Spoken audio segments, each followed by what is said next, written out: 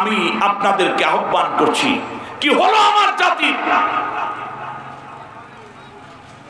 যেখানে হাকিমদেরকে লক্ষ্য করে আল্লাহ বলছেন ومن لم يحكم بما أنزل الله فأولئك هم الكافرون فأولئك هم الظالمون فأولئك هم الفاسقون।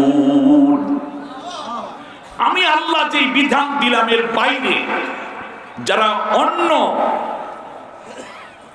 রুলস এবং আইন দিয়ে বিচার ফায়সালা করে ওই বিচারকরা কাফের, জালেম, ফাসিক। এটা কার কথা? আরে জোরে বলেন না, এটা কার কথা? আমি সেই আল্লাহর গোলাম না?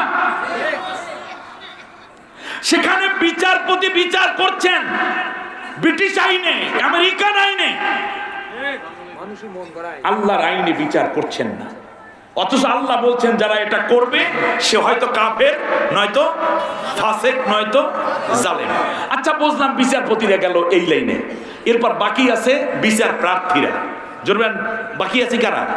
আমরা অনেক সময় বিচারকের কাছে যাই না বিভিন্ন বিষয় নিয়ে। এই বিচারক প্রার্থী যারা, তাদেরকে আল্লাহ সতর্ক করে বলছেন আমার আইনে যতদিন পর্যন্ত কেউ বিচার না করে ওই ধরনের বিচার চাইতে যাওয়াটা যদি তুমি যাও তাহলে তুমি ঈমানদার নও। তার কারণ তোমারও তো একটা রাইটস আছে, তুমিও তো আমার পন্থা অনুযায়ী বিচার প্রার্থী হবা। সেটা কিভাবে? আল্লাহ তাআলা সূরা নিসা 65 নম্বর আয়াতে বলছেন, কোরআন খুলে দেখেন, ফালা রাব্বিকা লা ইউমিনুনা হাত্তা ইউহাক্কিমুকা ফীমা শাজারা বাইনাহুম থুম্মা লা ইয়াজিদু ফী আনফুসিহিম হারাজাম মিম্মা কাদাইতা ওয়া ইউসাল্লিমু তাসলিমা। কার কথা? আরে জোরে বলেন না, কার কথা? আল্লাহ তাআলা বলছেন ফালা ওয়া রাব্বিক, কশিন কালেও নয় নবী, তোমার আল্লাহর কসম। কার কসম কে খায়? ভালো করে বলতে হবে কথাটা, কার কসম কে খাইলেন? আল্লাহ নিজে নিজের কসম খেয়ে বলছেন লা ইউমিনুনা, ওরা মুমিন হয় নাই, ওরা মুমিন না যতদিন পর্যন্ত আমি আল্লাহ যেই কোরআন নাজিল করেছি এই কোরআনের বিচার ফায়সালা সন্তুষ্ট চিত্তে যারা মেনে না নিবে ততদিন পর্যন্ত তারা মুমিন হতে পারবে না। তাহলে আপনার ঈমান টিকে থাকে আল্লাহর কোরআন মানা না মানার উপরে, আল্লাহর বিচার ব্যবস্থা, আল্লাহর বিধান মানা না মানার উপরে। আপনি তো আল্লাহর বিচার মানেন না, বরং যারা আল্লাহর বিধান কায়েম করতে চায় আপনি তাদের বিরুদ্ধে যদি যুদ্ধ ঘোষণা করেন, আপনি তাদেরকে নিষেধাজ্ঞা দিচ্ছেন, তাদেরকে পেটাচ্ছেন, তাহলে বলুন দেখি আপনি কেমন মুমিন হইলেন?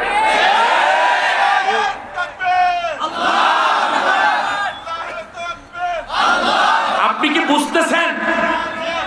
আপনাকে আল্লাহ একটা টার্গেট করে পৃথিবীতে পাঠিয়েছেন। এজন্য বলেছি মাথার তালু থেকে পায়ের তালু পর্যন্ত পুরোটা ইনভেস্টমেন্ট দিয়েছেন আল্লাহ। এর মধ্যে কোনো এমপির হাত নাই, কোনো মন্ত্রীর হাত নাই, এর মধ্যে কারো অবদান নাই, পুরো অবদান কার? এই জন্য ওই আল্লাহ যেই রূহটা দিয়েছেন যখন হুকুম করবেন তার হুকুমই চলে যেতে হবে, পৃথিবীর কেউ ঠেকাইয়া কাউকে রাখতে পারবে না। আবার বলি, শেষবারে আমার আপনার হিসাবের সময় কোন নেতা আপনার বোঝা বহন করবে না, কোন নেত্রী আপনার গুনার বোঝা নিবে না, কোন নেত্রীর বোঝা কোন কর্মী নিবে না, কোন পুলিশের বোঝা চৌকিদার নিবে না, কোন এসআর বোঝা কনস্টেবল নিবে না, পুলিশের আইজির গুনার বোঝা কোন দারোগা নিবে না, স্বামী স্ত্রীর বোঝাও গুনার স্ত্রী নেবে না, স্ত্রীর গুনার বোঝা স্বামী নিবে না। এজন্য আল্লাহ রাব্বুল আলামিন বলেন ওয়ালা তাসিরু ওয়াসিরাতু উযরা উখরা, কিয়ামতের দিন কেউ কারো বোঝা বহন করবে না, যার যার বোঝা তার বহন করতে হবে। কেউ কারো বোঝা বহন করবে না। আপনি ঘুষ খাইলেন, আপনার বোঝা আপনারই নিতে হবে। আপনি আল্লাহর আইনের বিরোধিতা করেন, তাগুত হয়েছেন, আপনার বোঝা আপনারই নিতে হবে। আপনি যেই দল করলেন, নেতা নেত্রীর পিছে দৌড়ালেন, ওই নেতা নেত্রী আপনার একটা বিন্দু গুনার বোঝা নিবে না, বরং তারা দৌড়বে ইয়াউমা ইয়াফিরুল মারউ মিন আখিহি ওয়া উম্মিহি ওয়া আবিহি ওয়া সাহিবাতিহি ওয়া বানি। আল্লাহ রাব্বুল আলামিন বলেন, কিয়ামতের দিন বন্ধু ভাই ব্রাদার থেকে একে অন্যে লুকাবে, মা বাবা থেকে লুকাবে, সন্তান থেকে পালাবে, নফসি নফসি বলে শুধু দৌড়বে আর দৌড়বে। কেউ কারো বোঝা বহন করবে না, কেউ কারো বোঝা যেন বহন করতে না হয়, বহন করার কোনো ব্যবস্থা না থাকে। এই জন্য আল্লাহ রাব্বুল আলামিন প্রত্যেক মানুষের দেহের মধ্যে 5টা সিকিউরিটি কোড দিয়ে তৈরি করেছেন। বলুন সুবহানাল্লাহ। কয়টা সিকিউরিটি কোড? 1 নম্বর হচ্ছে মানুষের ফিঙ্গারপ্রিন্ট। জন্ম থেকে নিয়ে বিভিন্ন অঙ্গ প্রত্যঙ্গ, বালেগ হলে, বয়স হলে, বৃদ্ধ হলে পরিবর্তন হয়, কিন্তু ফিঙ্গারপ্রিন্ট যা দিয়ে আল্লাহ আমাকে আপনাকে তৈরি করেছেন, এইটা মৃত্যু পর্যন্ত কোনো পরিবর্তন হয় না, পরিবর্তন হয় না। আল্লাহ রাব্বুল আলামিনের জন্য বলেছেন, নুসাউইয়া বানানা, আমি মানুষের আঙ্গুল বানাই, আঙ্গুলের ছাপ দিয়ে রাখেছি। সুবহানাল্লাহ। আমরা যখন এনআইডি কার্ড করি, কিংবা মোবাইলের সিম উঠাই, কিংবা যখন পাসপোর্ট করি, তখন ইমিগ্রেশনেও আমাদের কি নেয়? ফিঙ্গারপ্রিন্ট, যাতে করে একজন আর ভোট আর একজনে দিতে না পারে, একজনের ব্যাংকের অ্যাকাউন্টের টাকা আর একজনে নিয়ে যাইতে না পারে, একজনের ভিসা আর একজনে যেন ব্যবহার করে ইমিগ্রেশন পার হয়ে বিদেশে যেতে না পারে। এই জন্য কি নেয়? মাত্র 153টা লাইন, 153টা সিকিউরিটি কোড দিয়ে দিয়ে আল্লাহ তাআলা এই আঙ্গুলের 1 ইঞ্চি লম্বা একটা কোড তৈরি করে দিলেন। পৃথিবীতে বর্তমানে 800 কোটি মানুষ, এর আগে সৃষ্টির শুরু থেকে এখন পর্যন্ত কত শত কোটি চলে গেল, কিয়ামত পর্যন্ত কত মানুষ পৃথিবীতে আসবে, কারো আঙ্গুলের ছাপের সাথে কারো আঙ্গুলের ছাপের মিল নাই। এমনকি বাবার আঙ্গুলের ছাপ ছেলের আঙ্গুলের ছাপের সাথে মিলবে না, মেয়ের সাথে মা বাবার মিলবে না, স্বামীর সাথে স্ত্রীর আঙ্গুলের ছাপের মিল নেই, কারো সাথে কারো আঙ্গুলের ছাপের মিল নেই। এর মানে তুমি সিকিউরিটেড, তুমি একটা ভিন্ন আইডেন্টিটি বহন করছো। দ্বিতীয় হচ্ছে মানুষের চোখ। চোখের মধ্যে আল্লাহ রাব্বুল আলামিন 1170টি চিকন চিকন রগের ছাউনি দিয়ে রেখেছেন। 1170। আল্লাহু আকবার। এই 1170টা চিকন চিকন রগের যেই এবং লেন্স দিলেন, কর্নিয়া দিলেন, চোখের মধ্যে যে মনিটা আছে, এটার চারপাশে এই রগগুলো 1171-72টা রগের মতো গুণে পাওয়া যায়। এটার যেই ছাউনিটা আল্লাহ তাআলা সাজাইয়া দিয়েছেন, এই পৃথিবীতে কারো সাথে কারো মিল নেই। পৃথিবীতে কারো না, শুধু বাংলাদেশ না, শুধু এশিয়া মহাদেশ না, তাম পৃথিবীর কারো সাথে কারো মিল নাই। তৃতীয় হচ্ছে মানুষের কণ্ঠস্বর। এই পৃথিবীতে একজন মানুষের কণ্ঠের সাথে আর একজনের কণ্ঠ কোনোদিন মিলবে না। মিললে ঝামেলাও ছিল, তার কারণ তাহলে চুরি ডাকাতি করে ঘরের ভিতর ঢুকে অনেক ক্ষতি করতে একে অন্যের। গিয়ে ডাক দিত, সবুরা বিবি দরজা খোলো, সবুরা বেগম দরজা খুলে দিত, মনে করতো স্বামী আসছে, মাঝখান দিয়া ডাকাতি করে শেষ। কণ্ঠস্বর আলাদা করে দিয়েছেন কে? পৃথিবীতে বিজ্ঞানীরা সঙ্গীত জগৎ এই পর্যন্ত মাত্র 5টা ডাইমেনশন তৈরি করতে পেরেছেন। কয়টা?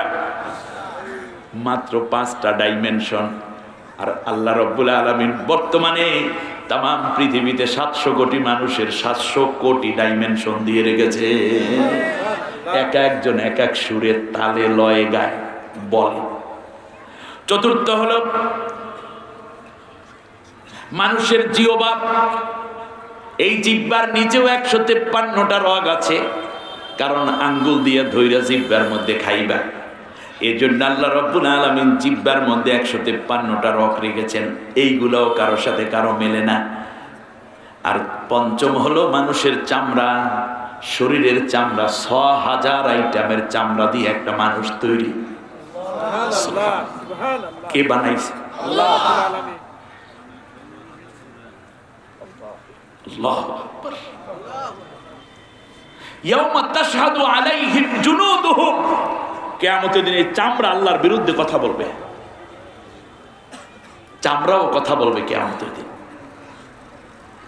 এই চামড়ায় এক এক জায়গার চামড়ায় এক এক বৈশিষ্ট্যের, পায়ের তালু থেকে মাথার তালু পর্যন্ত ৬,০০০ আইটেমের চামড়া। নাকের মধ্যে এক প্রকার চামড়া, কপালের মধ্যে একটা, আবার মাথার উপরে আর একটা, গালের মধ্যে চামড়াটা যেই রকম, যদি নাকের চামড়া ওই রকম হতো, কয়দিন পরে নাকটা ঝুইলা ঠোঁট পর্যন্ত পড়তো। ঠোঁটের উপরি ভাগের চামড়া একরকম, এইদিকে আর এক রকম, পেটের চামড়া একরকম, পিঠের চামড়ার পদ্ধতি আর এক রকম। তার কারণ হচ্ছে পিঠের চামড়া যদি ওই রকম হতো তাহলে পিছন দিয়ে আর একটা পেট বাইরে যেত। আমার ভাইয়েরা, পায়ের তলার চামড়া একরকম, উপরের চামড়াটা আর এক রকম। ৬,০০০ আইটেমের চামড়া দিয়ে আল্লাহ মানুষ তৈরি করেছে। এই চামড়া কারো সাথে কারো মেলে না। সুবহানাল্লাহ বলবেন না? এটা কার সৃষ্টি? তাহলে আমার আপনার ভেতরে সিকিউরিটি কোড দিলেন আল্লাহ ৫টা। যেমন এটিএম বুথের ভিতরে ঢুকলে আপনি এটিএম কার্ডটা ঢোকানোর পরপরই আপনি একটা নাম্বার দেন, যেই নাম্বারটা গোপন নাম্বার, এইটা দিলেই কেবল চালু হয়। বিকাশ নাম্বার খোলেন, রকেট খোলেন, নগদ খোলেন, সেখানে আপনার একটা পাসওয়ার্ড আছে না? নেই? আছে, আলাদা পাসওয়ার্ড আছে। সুতরাং মনে রাখবেন, আল্লাহ রব্বুল আলামিন প্রত্যেকটা মানুষকে আলাদা পাসওয়ার্ড দিয়ে তৈরি করেছেন। সে নেক করুক আর বদ করুক, নেকি করুক আর গুনাহ করুক, কেবল তার অ্যাকাউন্টেই জমা হয়, অন্য কারো অ্যাকাউন্টে সেটা যায় না। শুধুমাত্র একটা দরজা আল্লাহ খুলে রেখেছেন, সাদাকায়ে জারিয়া যদি করে যাও কিয়ামত পর্যন্ত তোমার আমলনামায় সওয়াব আসতে থাকবে। যেমন মাদ্রাসাটা করেছেন, এটা সাদাকায়ে জারিয়া। তাহলে বোঝা যাচ্ছে আমার আপনার গুনার বোঝায় একে অন্যে নিবে না। এবারে আসি, ফেরেশতারা দুইটা অভিযোগ করলো। একটা হচ্ছে মারামারি কাটাকাটি করবে, আর একটা কি করবে? তাসবিহ তাহলিল করে তারা জমিনে বসবাস করবে, তোমার খেলাফতের দায়িত্ব পালন করবে না। তাহলে খেলাফতের এই দায়িত্ব পালন তো ইমানি দায়িত্ব, এবং এটা তো স্বীকৃত দায়িত্ব এবং সৃষ্টির উদ্দেশ্য। সুবহানাল্লাহ বলেন। এখন থেকে কি আপনারা কেউ মানুষের খলিফা হবেন না আল্লাহর খলিফা হবেন?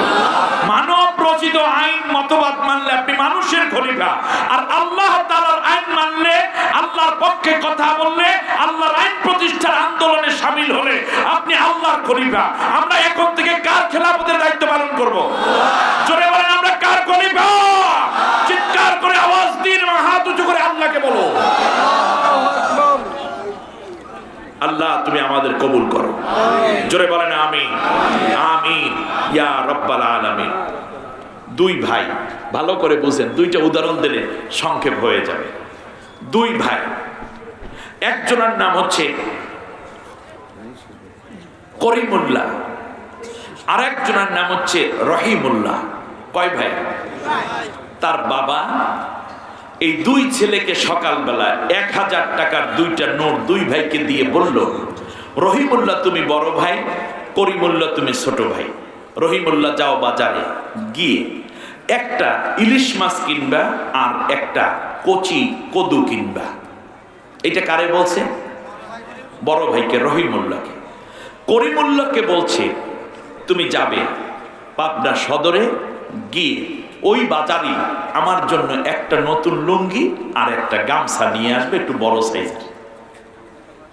দুই ভাই বাজারে গেছে এবং বলে দিছে তুমি 11টার মধ্যে চলে আসবা, দুপুরে কিন্তু ইলিশ মাছ আর কদু দিয়ে আমার খাইতে হবে, আমার বন্ধু আসবে বেড়াতে আমার বাসায়, ও খুব পছন্দ করে এটা। রহিমুল্লাহ বাজারে গেছে, যাওয়ার পরে মনে রাখার জন্য উদাহরণটা দিচ্ছি, কদু আর ইলিশ মাছ, চিংড়ি মাছ পাশাপাশি বাজার একেবারে। এ পাশ থেকে দামি একটা বড় দেখে ইলিশ মাছ কিনছে, ওই পাশ থেকে কিনছে কদু। দেখে এক বৃদ্ধ মানুষ কদু একটা নিয়ে বসছে, একেবারে জালি কদু, মানে কচি কদু, মাছটাও তেলতেলা। জেলের কাছে বলল দাম কত? কয় স্যার ৯০০ টাকা দেবেন, আপনি আসছেন এই জন্য রহিমুল্লাহ সাহেব। মাছ কেনার পর বললো টাকা দেন স্যার। চপ, কিসের টাকা? মানে সে আবার এলাকার মোস্তান। দল যখন ক্ষমতায় থাকে কিছু এইরকম উদ্ভট মোস্তান দেখা দেয়, ঠিক না বলেন? এরা দলের ক্ষতি উপকার করে না ক্ষতি করে? চরম ক্ষতি করে। আমার দাদার নাতি তার শালার জমিনের উপরে বাজার বসছে, চান্দা যে লই না তাই তো ভালো, এরকম কিছু ধারি লয় না। সেই দিন খুঁজতে খুঁজতে দেখলাম যে মোস্তান অর্থ কি, এত মোস্তান মোস্তান বলে। তো মোস্তান শব্দের ফার্সি শব্দ যদি নেওয়া হয় মোস্তান, তার অর্থ হয় পাড়া ছাগল। ব্যাখ্যা দিলাম না, তবে যারা মোস্তানি করে তাদের চরিত্র এইরকমই দেখবেন মাঝে মাঝে। শেষ পর্যন্ত বলো টাকা দেন, চাল কিনবো, বাচ্চাদের জন্য খাবার নিয়ে যাব, ডাল কিনবো, লবণ কিনবো, একটা মাত্র মাছ পাইছি জালে মিয়া 3 দিন পর। চপ, টাকা পাবি না একটা। কদুয়ালায় আইসা বাজান 100টা টাকা দেন। কত টাকাই তো আপনার যায়, আইডিয়া যাও। সারা জীবন সবজি বেচছো, কোনোদিন কিচ্ছু দেওনি। মোস্তানি করতেছে। ওয়ায়ুফসিদুনা ফিল আরদে ওয়ায়াসফিকুদ দিমা, এই পদের এক পদ হবে, এটা আল্লাহ বলছে, মানে ফেরেশতারা বলছে। জালালায় চিন্তা করছে মাসলায় যে এই মোস্তানি যদি আরো বেশি দিন করতে দেয় অসুবিধা। পাশে দেখে লাকড়ি চলাইয়ে রাখছে বিক্রি করার জন্য। ওর একটা দইরাই না, টাকাই যেহেতু দিবি না তোর মাথা লইয়ে বাড়িতে যাইতে দেব না।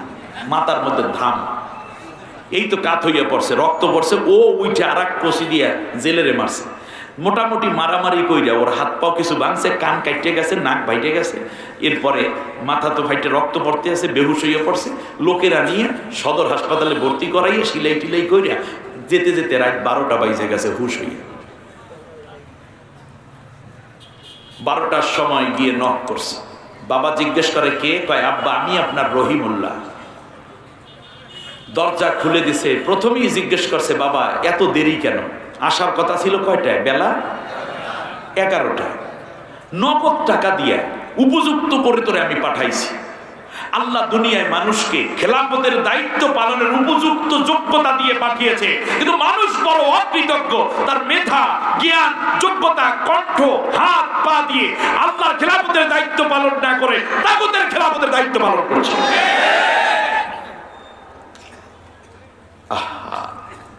কি জবাব দেব আল্লাহর কাছে? এবার খেয়াল করো। আস্তে করে বললো আব্বা এই এই ঘটনা। ঠিক আছে বসো। বসছে। করিমুল্লাহ কই? আব্বা তা তো জানি না। করিমুল্লাহ আবার একটু বুজুর্গ টাইপের লোক।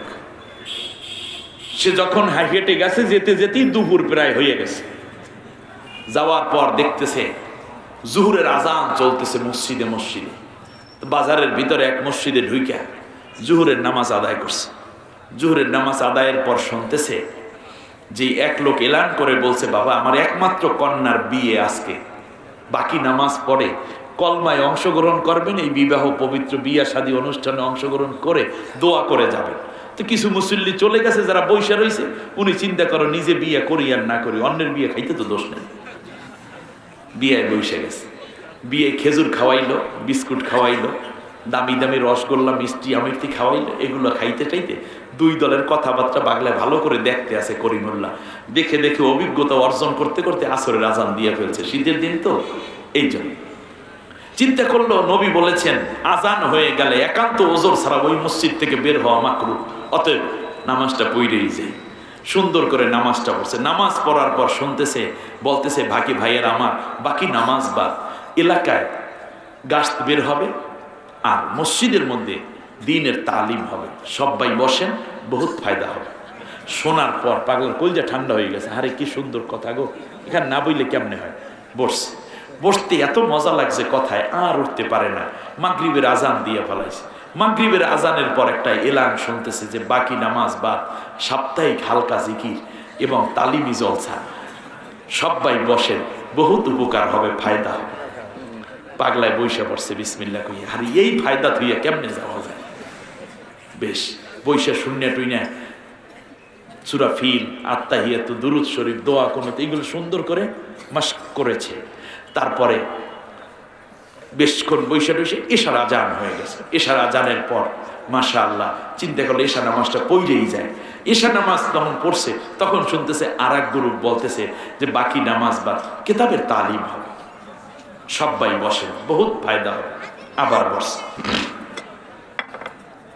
শুনতেছেন আপনারা?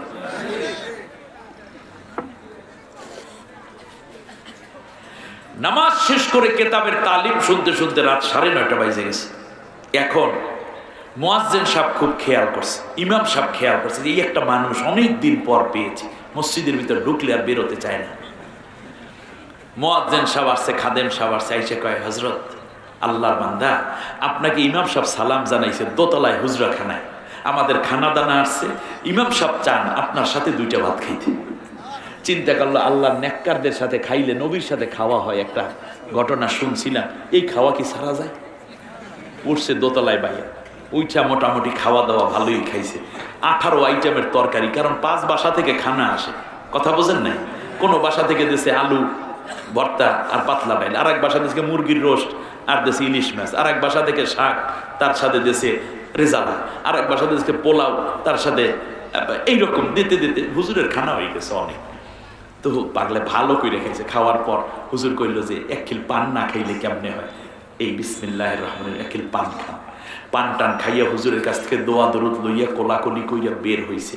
যখন বের হয়েছে তখন রাত বাজে প্রায় 10টা, 10:30। শীতের দিন, দোকানদার যা বাহিরের আসছিল তারাও চলে গেছে সন্ধ্যার পর পর, যা পার্মানেন্ট দোকানদার ছিল তারাও শাটল টাইনে দোকান বন্ধ করে দিয়েছে, এত রাত পর্যন্ত থাকে না।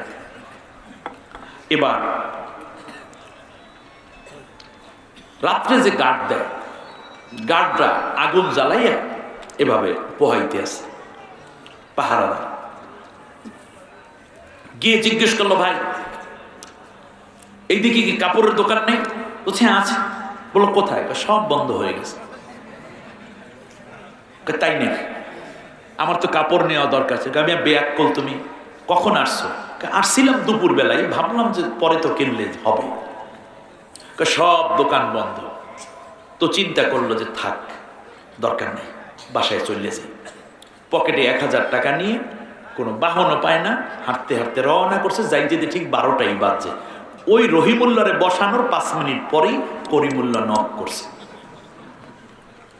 মনে রাখেন কথাগুলো। করিমুল্লাহ নক পাইয়া বাবা আস্তে করে দরজা খুললে দিছে।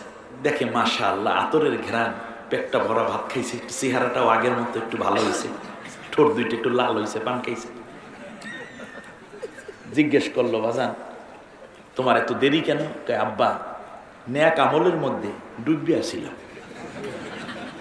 জিকিরে ফিকিরে তেলাওয়াতে তাসবিতে ইবাদতের মধ্যে মশগুল ছিলাম। বাবা জিজ্ঞেস করছে, আমার গামছা আর লুঙ্গি কই? গামছা এবং লুঙ্গি কই? বাবার টার্গেট কি? ও বাজারে গেল যেই বাবার কাজে, যাইয়া বাবার কাজ ভুললে সে সোয়াবের কাজে। মূল টার্গেট কি? সোয়াবের কাজে যাওয়া নাকি মূল টার্গেট? বলেন আগে। আবার ও ব্রেন কালকে আবার বললেন না যে জামাল মাওলানা বললে গেছে কি জানো, নামাজ রোজার দরকার নেই, কারণ আমরা তো বুঝি একটা বলি আর একটা আমল করি আর একটা, এর মধ্যে মামলা। আরে ভাই বাজারে গেছে, বাজারে ও গেছে না বাবাই পাঠাইছে? পাঠাইছে কে? উদ্দেশ্য কি? তো সেই বাজারে যাইয়া তুমি কিতাবের তালিম, জিকির আজগার, তাসবিহ তাহলিল, অন্যের বিয়া, ইমাম সাহেবের সাথে খাওয়ায় আবদ্ধ হইয়া শেষকালে বাবাই যেই উদ্দেশ্যে পাঠাইলো এর কথাই তুমি ভুলে গেলে, লৌকিক জানো নাই, তাহলে উদ্দেশ্য পাঠানোর উদ্দেশ্য কি ঠিক হইল? মূল উদ্দেশ্য পাস না ফেল? জোরে বলেন ফেল। আমরা এসেছি এই পৃথিবীতে আল্লাহ যেই উদ্দেশ্যে পাঠালেন, আমার খেলাফতের দায়িত্ব পালন করবা। এসে আমরা তাসবিহ তাহলিল জিকির আজকার খাওয়ান দাওয়ান শেষ পর্যন্ত আল্লাহটা বাদ দিয়া কুফরি মতবাদের পিছনে স্লোগান দিচ্ছি, আর মূল উদ্দেশ্যের কোনো খবর নাই। আল্লাহ অবশ্যই জিজ্ঞাসা করবেন, কেন পাঠাইলাম আর কি করে আছো?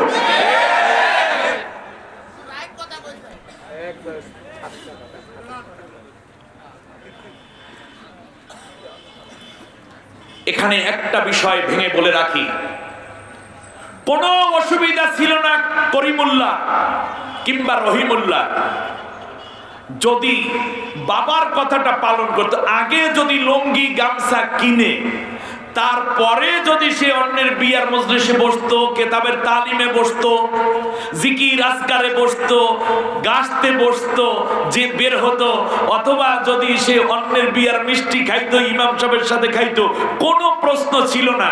তার কারণ হচ্ছে যেই উদ্দেশ্যে পাঠিয়েছি সেই উদ্দেশ্য যেহেতু বাস্তবায়িত হয়ে গেছে, এখন তুমি অন্যান্য কাজ করার সুযোগ আছে।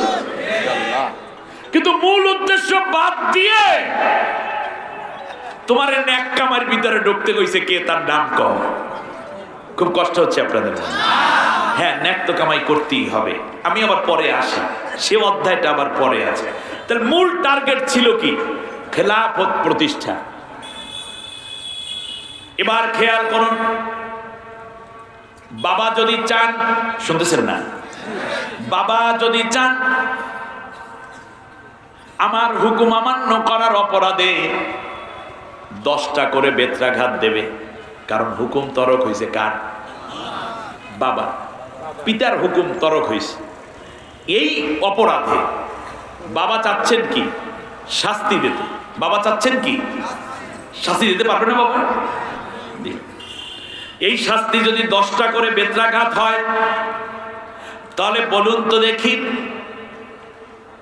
যে রক্তপাত করলো, মুস্তানি করলো, অন্যের মাথা ফাটাইলো, নিজেরটা ফাটলো, এরে প্রথমে 10টা বেত্রাঘাত দিয়েছে, থামদাম করিয়া 10টা পিঠের মধ্যে মারছে। এখন যে বৈশা বৈশা সুবহানাল্লাহ আলহামদুলিল্লাহ তাসবিহ তাহলিল বলে আসছে, তারে কি ছাইরা দেবে নাকি হুকুম অমান্যের অপরাধে তারেও ধরবে? ন্যায় বিচারটা কি? একজন ছেড়ে দেবে না দুইজনে? তো উনি তসবিহ পড়ে কি বাঁচছে না মাইর খাইতেছে?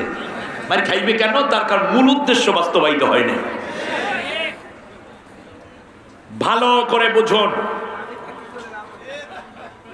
যদি বাবার অর্ডার হয় আমার হুকুম অমান্যের অপরাধে ঘর থেকে বের হয়ে যাও, আমার ঘরে থাকতে পারবা না, তাহলে যে মারামারি করে মাথা ফাটাইছে, মোস্তানি করছে বলা পাই, ওরাই খালি মার খাইবে নাকি আল্লাহর হুকুম বাদ দিয়ে যারা খানকায় বৈশা, মসজিদের মধ্যে বৈশা আর মাহফিলের ময়দানে বৈশা আমরা শুধু জিকির আজকার তাসবিহ তাহলিল আর সুবহানাল্লাহ আলহামদুলিল্লাহ দিয়া মানুষেরটা খাইছি আর পকেট পরে টাকা নিছি, আমরাও মার খাবো কিনা সেইটা কথা?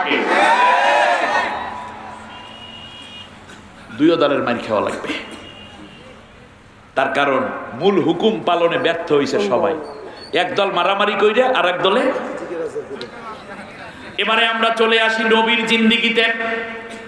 আল্লাহ রাব্বুল আলামিন বলেন, হুয়াল্লাযী আরসালা রাসূলাহু বিল হুদা ওয়া দীনিল হক লিইয়ুযহিরাহু আলাদ-দীনি কুল্লিহি ওয়া কাফা বিল্লাহি শাহীদা। সুবহানাল্লাহ। আল্লাহ রাব্বুল আলামিন বলেন, নবীকে পাঠিয়েছি সত্য দ্বীন ইসলাম সহ, এবং আমি এই উদ্দেশ্যে পাঠিয়েছি যাতে করে আমার এই কোরআনের বিধান, আমার হুকুমকে সে জমিনের বুকে প্রতিষ্ঠা করে মানুষকে যেন আমার কোরআনের বিধান মানাইয়া দিতে পারে, এই প্রতিনিধিত্ব করার জন্য, এবং সব মানুষেরা তাকে সাপোর্ট দিবে।